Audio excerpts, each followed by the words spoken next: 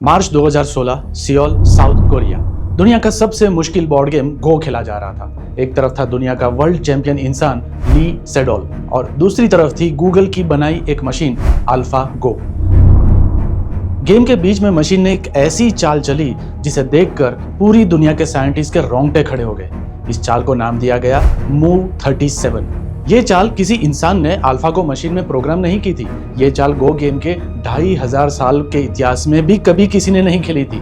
उस दिन अल्फा गो मशीन ने सिर्फ एल्गोरिथम के आधार पर कैलकुलेट नहीं किया, उसने अपना आइडिया क्रिएट किया। उसने खुद सोचना शुरू कर दिया और तभी से एक टाइम बम टिक टिक करने लगा है, जो अब सीधा आपके, मेरे और हमारे जैसे कई लोगों की ऑफिस के डेस्क तक पहुंच चुका है।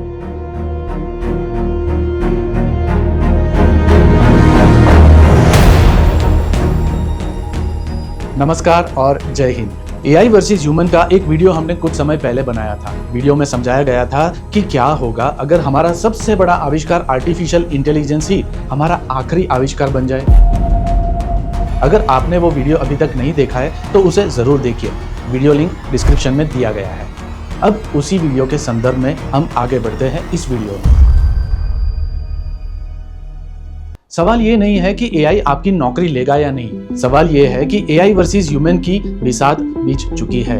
खेल शुरू हो चुका है, लेकिन क्या आपको इस नए खेल के नियम पता है? एक इंसान को 18 साल लगते हैं स्कूल खत्म करने में, 4 साल कॉलेज की डिग्री में और 5 साल इंडस्ट्री का एक्सपीरियंस लेने में। इसके बाद जाकर ही वो एक कंपनी के लिए सही मायने में प्रोडक्टिव बनता है। लेकिन इंसान की बायोलॉजिकल लिमिट होती है। वो एक बार में एक ही किताब पढ़ सकता है। उसे ब्रेक चाहिए, उसे खाना चाहिए, उसे 8 घंटों की नींद चाहिए। इससे बिल्कुल अपोजिट एआई को इनमें से कुछ भी नहीं चाहिए। वो तो एक ही झटके में इंटरनेट पर मौजूद सारा डेटा, सारी किताबें और सारी केस स्टडीज एक साथ कंज्यूम कर लेता है। इसका एक एग्जाम्पल सुनकर आप सरप्राइज रह जाएंगे। अमेरिका के सबसे मुश्किल वकालत का बार एग्जाम पास करने में इंसानी कैंडिडेट को लगभग 6 महीनों तक मेहनत करनी पड़ती है, लेकिन ChatGPT-4 को बार एग्जाम क्लियर करने में कुछ ही मिनट लगे। उसने बिना लॉ स्कूल गए दुनिया के 90% इंसानी वकीलों से ज्यादा नंबर लाकर बार एग्जाम को क्रैक कर दिया। जो ज्ञान और जो लॉजिक जुटाने में इंसानों को आधी जिंदगी निकल जाती है, एआई ने उसे कुछ ही मिलीसेकंड में प्राप्त कर लिया। अब जरा सोचिए कि जब एक सॉफ्टवेयर के पास दुनिया के टॉप और महंगे वकीलों जितना ज्ञान आ चुका है, तो कोई भी कंपनी एक औसत इंसान को लीगल एडवाइस के लिए लाखों की सैलरी क्यों देगी? चलिए इस बात को थ्योरी से निकलकर असल दुनिया की एक उदाहरण के साथ समझते हैं। दुनिया की सबसे बड़ी लैंग्वेज लर्निंग ऐप डुओलिंगो ने हाल ही में अपने हजारों कॉन्ट्रैक्ट ट्रांसलेटर को नौकरी से निकाल दिया, क्योंकि डुओलिंगो ने सीधा हिसाब लगाया कि एआई वही ट्रांसलेशन का काम इंसानों से 100 गुना तेज कर सकता है। वो कोई छुट्टी नहीं मांगता और सबसे बड़ी बात, एआई को सैलरी नहीं देनी होती। कॉर्पोरेट दुनिया में एक डार्क ट्रूथ है कि कोई कंपनी आपकी दोस्त नहीं है, और कंपनी का अगर कोई दोस्त है तो वो सिर्फ और सिर्फ प्रॉफिट मार्जिन। लेकिन यहाँ एक ऐसा दिमागी ट्विस्ट है जो हर व्हाइट कॉलर जॉब वाले की नींद उड़ा देगा। 1980 के दशक में साइंटिस्ट ने एक अजीब चीज नोटिस की थी। उन्होंने देखा कि मशीनों के लिए क्वांटम फिजिक्स सॉल्व करना या डेटा एनालाइज करना बेहद आसान है, लेकिन 3 साल के बच्चे की तरह स्टेयर्स चढ़ना या फिर एक कप चाय उठाकर मेज पर रखना मशीनों के लिए दुनिया का सबसे मुश्किल काम है। इंसान के हाथ पैरों का बैलेंस करोड़ों साल के इवोल्यूशन का नतीजा है। इसे कॉपी करने के लिए करोड़ों डॉलर का रोबोटिक हार्डवेयर चाहिए, लेकिन इंसानी लॉजिक को कॉपी करने के लिए सिर्फ ChatGPT या क्लॉड जैसे एआई असिस्टेंट की ही आवश्यकता है। इसीलिए कहा जाता है कि प्लम्बर, कारपेंटर या शेफ की नौकरी पूरी तरह सेफ है, लेकिन फाइनेंशियल एनालिस्ट, जूनियर कोडर और कॉपीराइटर की कुर्सी के नीचे वो टाइम बम टिक टिक करने लगा है। तो क्या इसका मतलब ये है कि आईटी और टेक इंडस्ट्री का अंत आ गया है? क्या भारत की $250 बिलियन की आईटी इंडस्ट्री रातों रात खत्म हो जाएगी? इसका जवाब आपको हैरान कर देगा, और इस जवाब को समझने के लिए हमें 250 साल पीछे जाना होगा। 18th सेंचुरी में एडवांस्ड स्टीम इंजन आया जो बहुत कम कोयला मांगता था। तब कोयले की खदान के मजदूर हड़ताल पर चले गए, क्योंकि उन्हें लगा कि इंजन कम कोयला खाएगा तो कोयले की डिमांड गिरेगी, खदान बंद होगी और हमारी नौकरियां चली जाएगी। लेकिन हुआ इससे बिल्कुल उल्टा। इंजन के एडवांस्ड होने से स्टीम पावर इतनी सस्ती हो गई कि उसका इस्तेमाल हर इंडस्ट्री में होने लगा। फैक्ट्रियां 2 गुनी हो गई और कोयले की डिमांड घटने की बजाय 10 गुना बढ़ गई। आज आईटी इंडस्ट्री में ठीक यही हो रहा है। हार्वर्ड और एमआईटी की नई स्टडी बताती है कि जो सॉफ्टवेयर डेवलपर्स एआई का इस्तेमाल कर रहे हैं वो 55% ज्यादा तेजी से काम कर रहे हैं। जब कोडिंग इतनी तेज और सस्ती हो जाएगी तो दुनिया में सॉफ्टवेयर की डिमांड कम नहीं होगी बल्कि हाइपर स्केल पर बढ़ जाएगी। कंपनियों को और ज्यादा एप्स, जटिल साइबर सिक्योरिटी और एआई सिस्टम चाहिए होंगे। इन शॉर्ट, आईटी का एंड नहीं हो रहा है, वो तो बस इवॉल्व हो रहा है। तो सवाल यह है कि अगर नौकरियां बढ़ेंगी तो फिर निकाले जाने का डर क्यों मंडरा रहा है? कंपनियों को अब 10 वो लोग नहीं चाहिए जो 10 दिन में एक काम करें, बल्कि उन्हें एक ऐसा सुपर एम्प्लॉय चाहिए जो 10 एआई बोट्स को एक साथ कमांड दे सके और एक ही दिन में सारा काम खत्म कर दे। अमेरिका की सिलिकॉन वैली में इसे द 10x ह्यूमन कहा जाता है, यानी आप अकेले पूरी की पूरी मार्केटिंग एजेंसी या कोडिंग फर्म बन जाते हैं। अब सबसे बड़ा सवाल, अगर एआई मशीनें इंसानों से ज्यादा स्मार्ट हो चुकी है तो हम एआई के विरुद्ध किस चीज से लड़े? हमारे पास क्या कोई सुपर पावर बची है?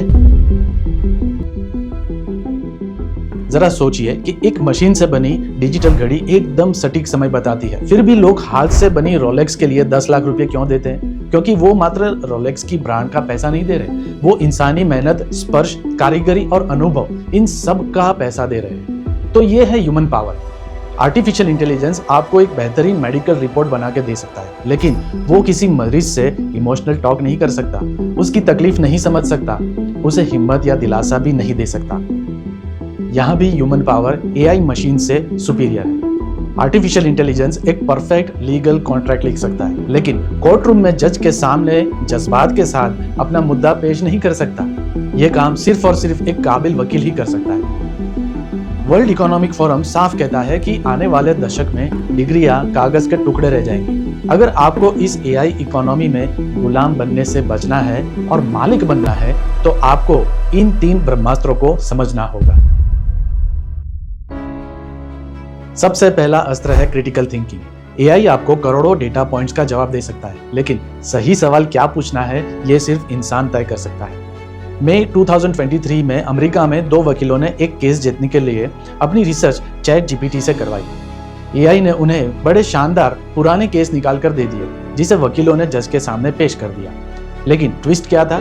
वो सारे केस एआई ने अपनी मर्जी से बनाए थे, वो सब फर्जी थे, प्योर स्टोरी, नथिंग एल्स। असली दुनिया में वो केस कभी हुए ही नहीं थे। वकीलों पर भारी जुर्माना लगा और उनका करियर तबाह हो गया। इसे कहते हैं क्रिटिकल थिंकिंग की कमी। एआई झूठ भी इतनी सफाई और आत्मविश्वास के साथ बोलता है कि वो सच लगने लगता है। तो आने वाले दिनों में वो इंसान कभी रिप्लेस नहीं होगा जो मशीन के दिए हुए जवाब पर शक करना और उसे वेरीफाई करना जानता है। दूसरा अस्त्र, सहानुभूति या एम्पैथी। एआई एक परफेक्ट सेल्स पिच तैयार कर सकता है, लीगल कॉन्ट्रैक्ट लिख सकता है, लेकिन क्या कोई कंपनी सिर्फ एक ईमेल पढ़कर 100 करोड़ की डील साइन कर लेगी? नहीं।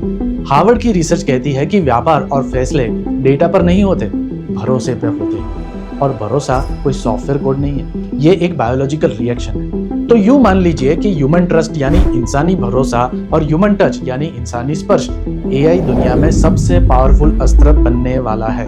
तीसरा और सबसे खतरनाक अस्त्र, अडेप्टेबिलिटी यानी बदलाव को पचाने की ताकत। अगर आप आज कोई नई सॉफ्टवेयर लैंग्वेज या मार्केटिंग का तरीका सीखते हैं तो 2 साल, मैक्सिमम 2.5 साल के बाद एआई उसे आउटडेटेड कर देगा। तो एआई की इस नई दुनिया में सबसे ताकतवर वो नहीं है जो सबसे ज्यादा जानता है, सबसे ताकतवर वो है जो सबसे फास्ट नई चीजें, नई स्किल्स और आईटी की नई टेक्नोलॉजी सीख सकता है। हम एक इंटेलिजेंस एक्सप्लोजन यानी बुद्धिमत्ता के विस्फोट के मुहाने पर खड़े हैं। फायर और व्हील के बाद एआई इंसानियत का सबसे बड़ा आविष्कार है। एआई आपकी नौकरी लेने नहीं आया, वो सिर्फ उस पुराने सिस्टम को तोड़ने आया है जो आपको एक रोबोट की तरह काम करना सिखाता है। अब वक्त आ गया है कि हम मशीनों से वो काम न छीने जो वो हमसे बेहतर कर सकती है, बल्कि हम वो खुद बने जो मशीनें कभी नहीं बन सकती। क्रिटिकल थिंकिंग, सहानुभूति और बदलाव को पचाने की ताकत, इन 3 अस्त्रों से सज एक संपूर्ण इंसान। आपको क्या लगता है, एआई के इस युग में कौन सी फील्ड सबसे पहले इवॉल्व होगी? नीचे कमेंट में अपना लॉजिक बताएं और इस वीडियो को शेयर करें, क्योंकि ज्ञान बांटने से बढ़ता है। तो मिलते हैं अगले वीडियो में। धन्यवाद और जय हिंद।